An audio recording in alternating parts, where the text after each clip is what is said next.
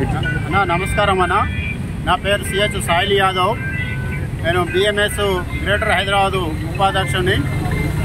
ఈరోజు భిక్షాటన చేయడానికి కారణం ఏంటంటే ఈ మహాలక్ష్మి పథకం కింద ఆటో డ్రైవర్లు వృత్తి దెబ్బతింటుంది. వాళ్ళ బతుకమంతా ఆదా అయిపోయింది. మళ్ళీ ఇంకోటి ఓలా ఊపర్ బైకులు చాలా రోజుల నుంచి చెప్తున్నా కూడా గవర్నమెంట్కు చెవున పేరు వారినట్టు కూడా లేదు. ఎందుకంటే వీళ్ళు గిట్నే చేస్తారు, వాళ్ళు గట్నే చేస్తారని చేస్తున్నారు. దీని మీద ఇప్పుడు ఖాళీ భిక్షాటన చేసి ఊరుకోము. బట్ ఇంకా రాంగా చర్యలు బాగుంటాయి. రేపు 21 నాడు ఇంద్రపార్ అక్కడ మహాధర్నా ఉన్నది.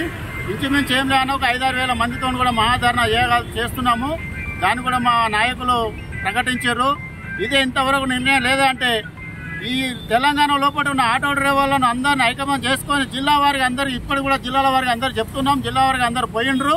ఆల్రెడీ జిల్లా అంతా మా వాళ్ళంతా మా లీడర్స్ అంతా చేస్తున్నారు. కాబట్టి ఇది 21 తారీఖు నాడు ధర్నా చేసి దీనివల్ల కాలేదనుకో సెక్రటరీ ముందట వచ్చి ఆ ప్రజాభవన్ ముందట కూడా మేము భిక్షాటన చేయాలని మేము నిర్ణయించుకుంటున్నాము.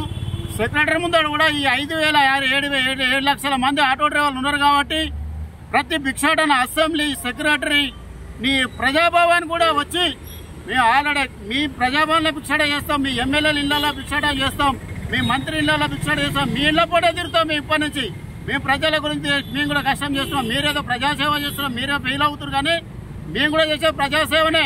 మీరు జీతాలు తీసుకుంటున్నారా? మేము కట్టే మీటర్ పైలు తీసుకుంటున్నాం. మాకేమైనా మీటర్ వేస్తున్నారా? ఈ 13 ఏళ్ళు 13-14 ఏళ్ళ నుంచి ఒక్క రూపాయి పెంచిన పాపనే వాళ్ళే. గత టీఆర్ఎస్ ప్రభుత్వం వచ్చింది, ఆటో డ్రైవర్ని దగ్గర కూడా రానేవాళ్ళు. ఇవాళ పెద్దగా వచ్చి మా సానుభూతి చూపిస్తారు. కానీ అది కాదు. ఇప్పుడు కూడా ఈ ప్రతి నాయకుడు కూడా ప్రతి రాజకీయ నాయకుడు కూడా ఆటో డ్రైవర్ల గురించి మాట్లాడాలి.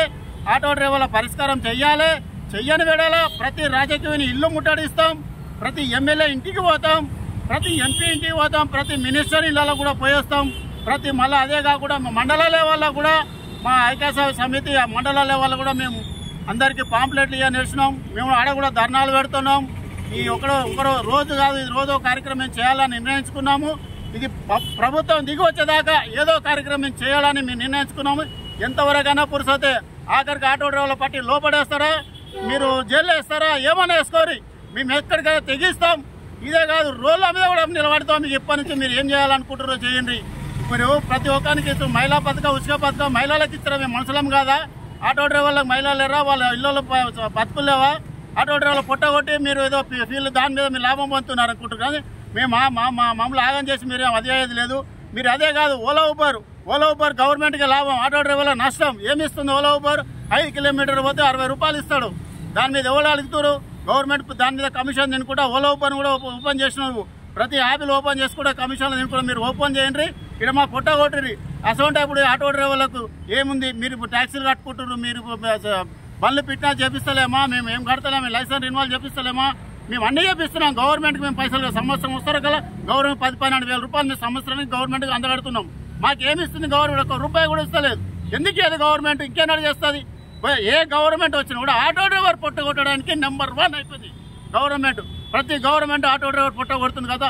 ఆటో డ్రైవర్ గురించి ఒక్క గవర్నమెంట్ ఆలోచించలేదు. గతంలో అన్నారు కాంగ్రెస్ వాళ్ళు వస్తే ఆటో డ్రైవర్లు మంచి చేస్తాం, ఇది చేస్తాం, 12,000 ఇస్తాం, అది ఇస్తాం, ఇది ఇస్తాం అని. వాళ్ళు ఏమైతే ఆటో డ్రైవర్లు మట్టి కూడా చూస్తున్నారు. ఆటో డ్రైవర్ల సంక్షేమం కావాలని గత 20 ఏళ్ళ నుంచి పోరాటం చేస్తున్నాం. ఆటో డ్రైవర్ల సంక్షేమం అంటే నువ్వు ఏదో కంపెనీ అని చేస్తావు, మాకు ఆటో డ్రైవర్ రోగం రూపాయి వస్తుంది.